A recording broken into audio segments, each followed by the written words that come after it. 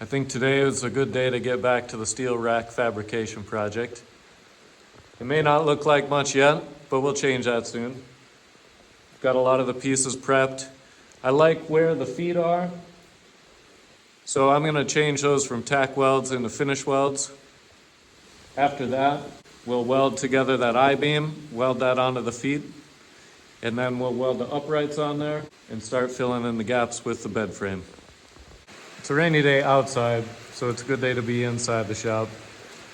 And my camera angles might be a little bit off from what they were last time because I'm a little crowded in here. Got some friends over for the day.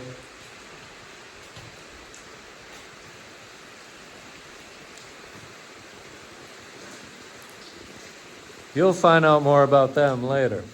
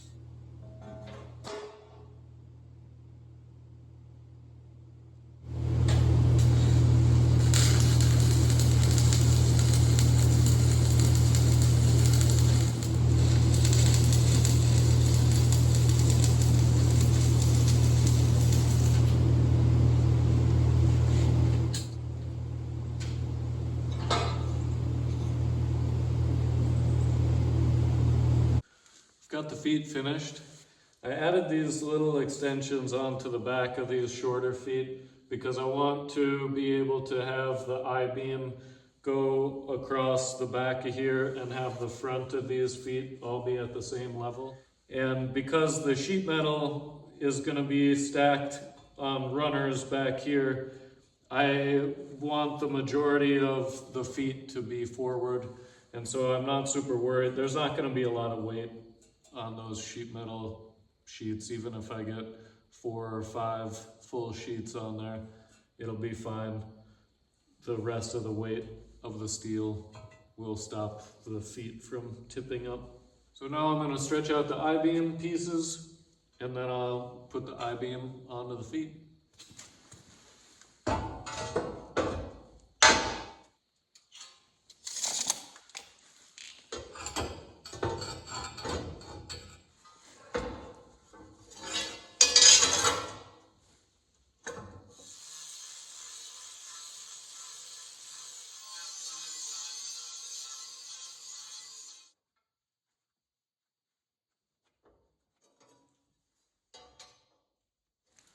All right, good to tack it in place. The lead on my ground clamp is about half as long as the lead on my stinger, but luckily the ground clamp fits. So I'm going to work from this side over, and that way as I weld, I'll make sure that I'll be able to maintain ground all the way over there.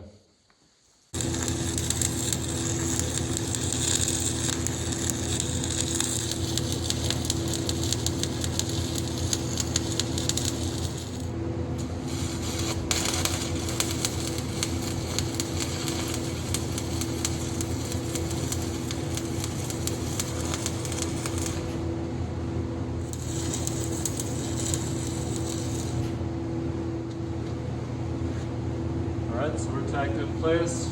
Take this off. Do a final check for square. Then we'll start making our welds longer.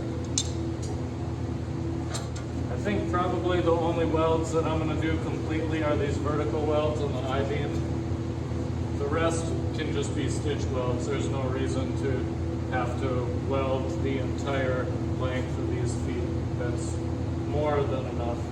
So we'll just do stitch welds, probably about an inch, maybe 2 inches at the most.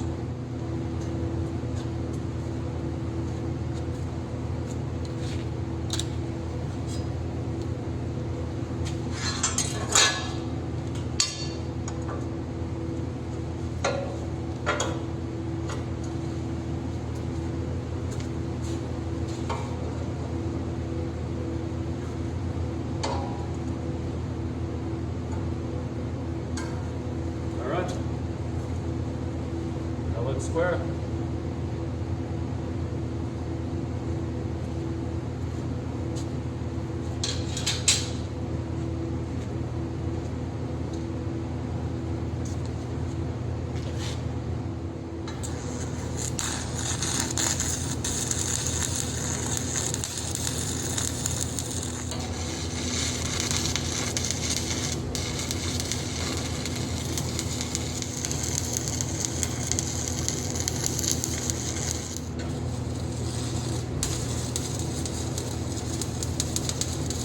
It looked like this beam got pulled on a square, but I think what happened is they just kind of twisted.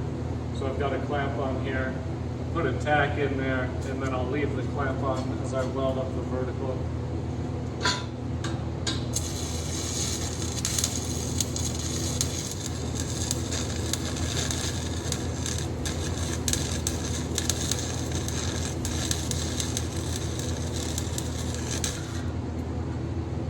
Need to because the penetration was so good on that last weld, but I'm going to go ahead and weld up this face of the I-beam and also this face, and that way I'll have both sides done. And again, I don't think I'm going to have to worry about the twisting of the I-beam. Most of the forces, if I go to lift this rack up, are going to be on these surfaces. But I'll probably end up just putting a pad over the top of this since that gap ended up being too big. I'm pretty confident I'll be able to get a weld in there, at least good enough that it'll hold.